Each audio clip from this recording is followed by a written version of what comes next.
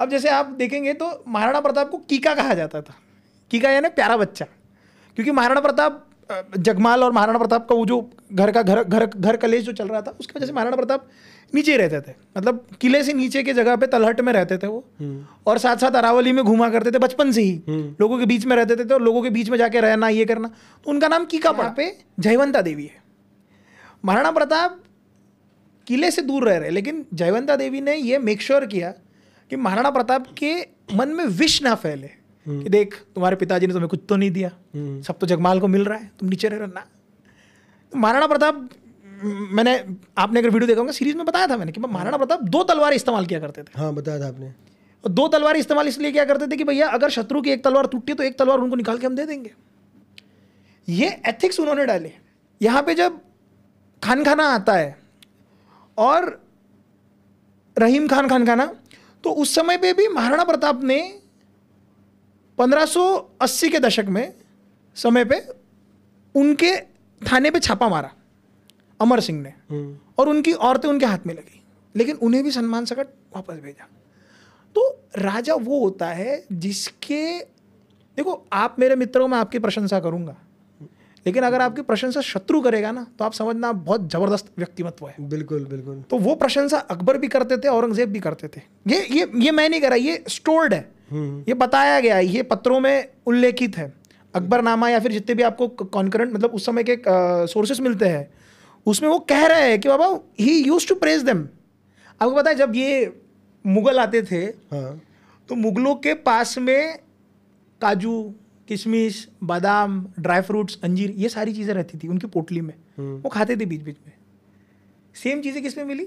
जब अजमल कसाब आया था, उसके बैग में ड्राई फ्रूट्स के पैकेट्स थे। सेम चीज़ें महाराणा प्रताप किस में थी। महाराणा प्रताप ने इंस्ट्रक्शन दे के रखा था, आप कितनी भी ठंडी हो, राजस्थान की ठंडी खतरनाक, कितनी भी ठंडी हो, आप आग नहीं जलाओगे क्योंकि धुआं होगा, धुआं होगा तो आपको ट्रेस करते हुए आ सकते। महाराणा प्रताप को कीका कहा जाता है, प्यार से। बिल्कुल, वो तो देखो जुड़े हुए थे, इसीलिए जनता उनके साथ थी। कम सेना होते हुए भी वो पराक्रमी थे। साथ ही जब एक इन्हीं में से जैसे आज है या तभी भी हम लेंगे, जो दुश्मन था दोनों के केस में, वह क्रूर था, उनके कोई एथिक्स नहीं थे।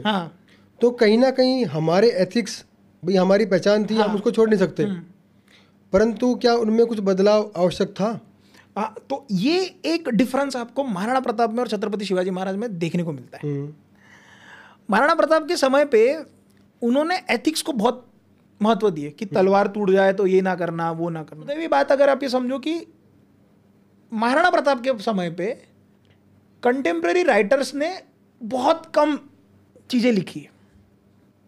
हमें जो सोर्सेस मिलने देखने को आए वो मुगलों के दरबार में से आए।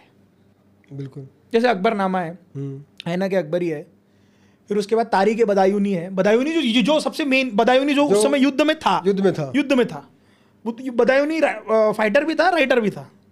तो बदायूनी का एक ही है। उसके बाद में ऐसे थोड़े बहुत और अलग अलग सोर्सेस हैं। एक मान प्रकाश करके सोर्स है, मान सिंह के दरबार में लिखने वाला था, वो मान प्रकाश करके आया। कुछ जैन राइटर्स हुए उस समय पे, क्योंकि गुजरात और राजस्थान की बॉर्डर लगने की वजह से जैनों का प्रभुत्व आ जाता था, तो कुछ जैनों ने भी लिखे। और महाराणा प्रताप पे हमें जो एक्चुअल सोर्स हम जिसे रेफर करते हैं वो है अमर काव्यम, और उसके बाद में राज प्रशस्ति। ये रणछोड़ भट्ट ने लिखे थे, लेकिन ये महाराणा प्रताप के तकरीबन जाने के 50-30-40 साल के बाद में हुए। तो जय सिंह और अमर सिंह करके जो 2 राजा हुए बाद में 1630-1640 के दरमियान, उनके दरबार में रणछोड़ भट्ट करके थे, उन्होंने वो लिखा। बिल्कुल। अब उसमें उन्होंने संपूर्ण महाराणाओं का इतिहास लिखा। अब उसके बाद में जब हम देखते हैं तो कोई राइटर ऐसा हुआ है क्या कि जिन्होंने रेफरेंस देते हुए लिखा है? अब देखो, मैं सबसे पहले हमने क्या कहा कि सबसे पहले शिलालेख, उसके बाद में पत्र व्यवहार, उसके बाद में उनके कंटेम्प्रेरी सोर्सेस क्या है, मतलब उन्होंने क्या लिखा, समकालीन राइटर है। उसके बाद में आते हैं आपके ऑथेंटिक राइटर्स, मतलब जो स्टडी कर रहे हैं।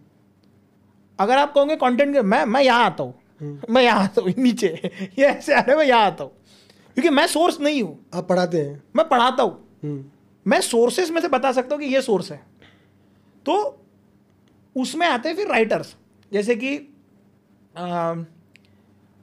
एक जेम्स टॉड, जेम्स टॉड ने स्टडी करा है, जेम्स टॉड का एक हम ये ले सकते हैं अंग्रेजी। हाँ, फिर एक ओझा करके, ओझा सर गौरी शंकर ओझा, उनका भी एक है फेमस।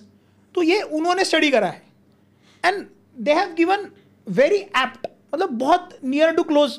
वीर विनोद करके एक है।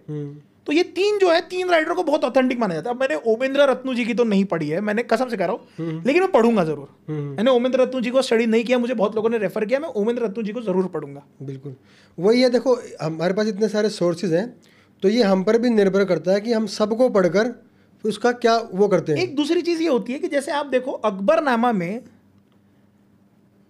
महाराणा प्रताप को कहाँ लगा, महाराणा प्रताप को कितने घाव लगे, महाराणा प्रताप घोड़ा लेके निकल गए, ये सारी चीजें दी है। लेकिन उसमें यह कहीं नहीं दिया गया कि महाराणा प्रताप ने भाला मानसिंह के ऊपर फेंक के मारा था, और फेंक के जब मारा था वो हाथी के छावनी में बैठा नीचे घुसा। ये कहीं भी उल्लेखित नहीं है। तो आपको बहुत बार ये भी देखना पड़ता है कि सोर्सेज अगर दुश्मन की तरफ से आ रहे हैं, मतलब सामने वाली पार्टी की तरफ से आ रहे हैं, तो वो उसका बहुत ओवर बखान ना कर दे, ओवर बखान ना करते, या फिर अंडर भी ना करते। हाँ। और अगर हमारे तरफ से आ रहे हैं तो हमारे तरफ से भी ओवर ना हो या फिर कम ना हो। हाँ, तो बिल्कुल ये भी देखना पड़ता है, वो भी मैच करना पड़ेगा। तो आपको दोनों को, आपको जब ओवरऑल 5-6 सोर्सेज आप पढ़ते उस समय के, उसमें कोई चीज आपको कॉमन फैक्टर में मिलेंगी, फिर थोड़ा दिमाग आपका भी होता है, बिल्कुल, क्योंकि वो हिस्ट्री है। हाँ।